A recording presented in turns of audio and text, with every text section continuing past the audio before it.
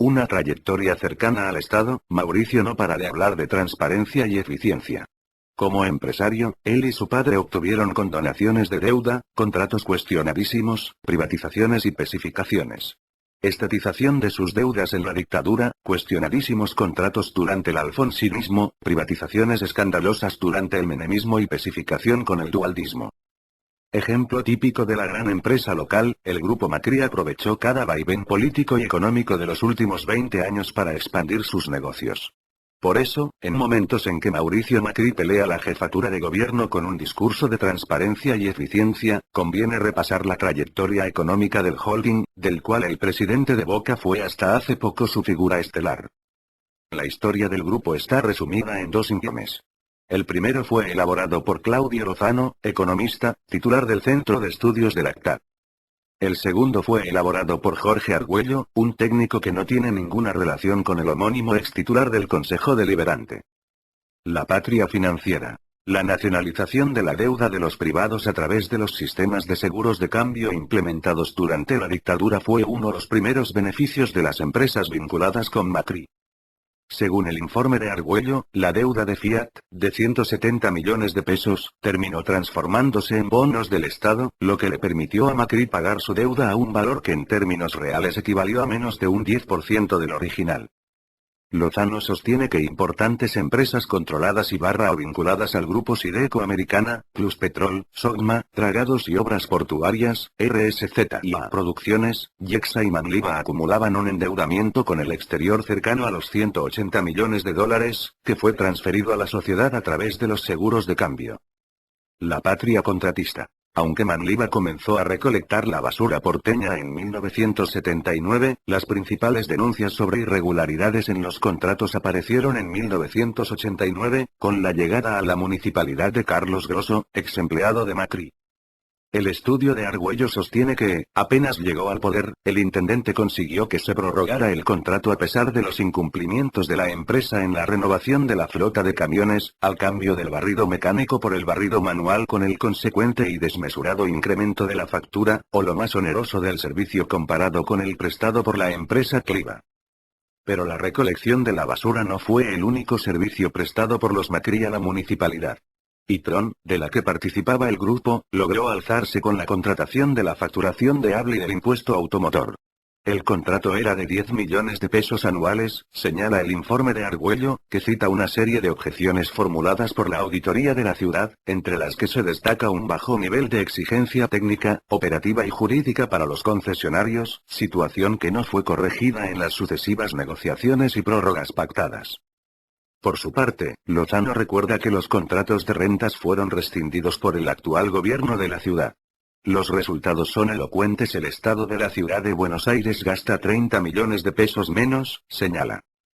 La patria protegida. El crecimiento de Sebel, la automotriz de los Macri, está directamente asociado a los mecanismos de protección.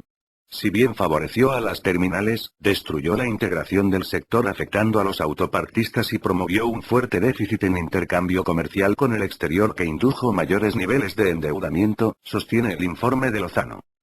A esto hay que agregar el procesamiento por contrabando dispuesto en 1993 contra Mauricio Macri, en ese entonces presidente de Sebel.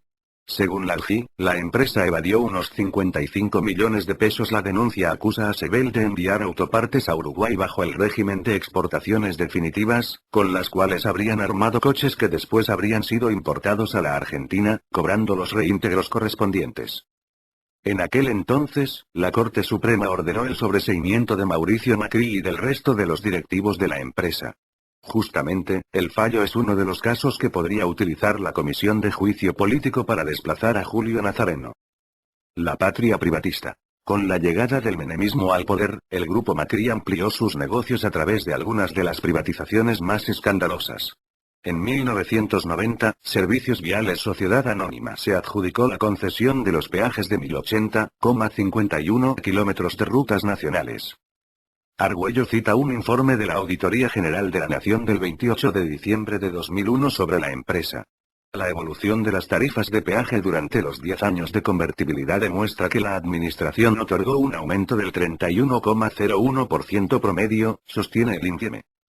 Además, los dos estudios incluyen una denuncia de la Oficina Anticorrupción contra Fernando de la Rúa y varios de sus ministros por fraude a la administración pública, malversación de caudales públicos y negociaciones incompatibles con la función pública, a raíz de dos decretos que favorecieron a los concesionarios de las principales rutas nacionales.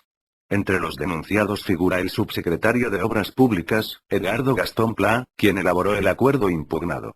Un mes y medio antes de ser designado, Pla se desempeñaba en la empresa Civil y a Ingeniería de Brasil, y antes en Sideco Americana de Chile, dos firmas que forman parte del conglomerado empresario de los Macri.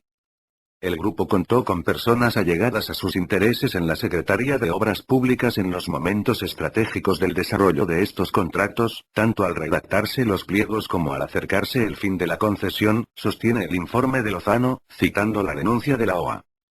Pero el contrato más escandaloso es el del correo, que podría convertirse en la primera privatización revisada por el gobierno de Néstor Kirchner.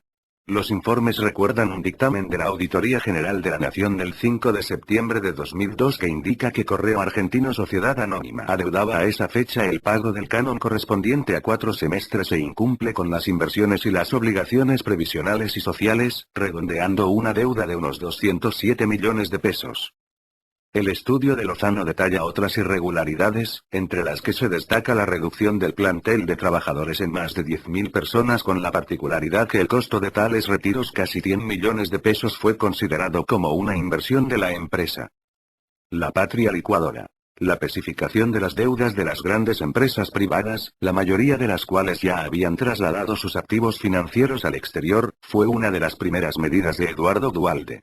El estudio de Lozano señala que algunas empresas del grupo Macri, Correo Argentino, Sideco y Sogma resultaron favorecidas por el proceso. La transferencia de ingresos desde el conjunto de la sociedad argentina hacia estas tres compañías que integran el grupo fue del orden de los 200 millones de dólares, señala el informe. En conclusión, los estudios revelan cómo el conglomerado de empresas de los Macri se fue amoldando con astucia a cada etapa política y económica de la Argentina. Aunque el jefe económico siempre fue Franco, su hijo Mauricio ocupó cargos de relevancia en las diferentes firmas y fue ganando un lugar cada vez más protagónico. Luego de una exitosa experiencia como presidente de Boca, el empresario lanzó su candidatura para la jefatura de gobierno. Es un intento de un grupo parásito del Estado por mantener o profundizar sus políticas, sostiene Argüello. No hay que marearse con los discursos de eficiencia, porque la trayectoria del grupo demuestra que no hubo ni innovación ni riesgo, sino la cooptación sistemática del Estado. La candidatura de Macri busca llevar esto al máximo, diluyendo totalmente los límites entre lo público y lo privado, concluye Lozano.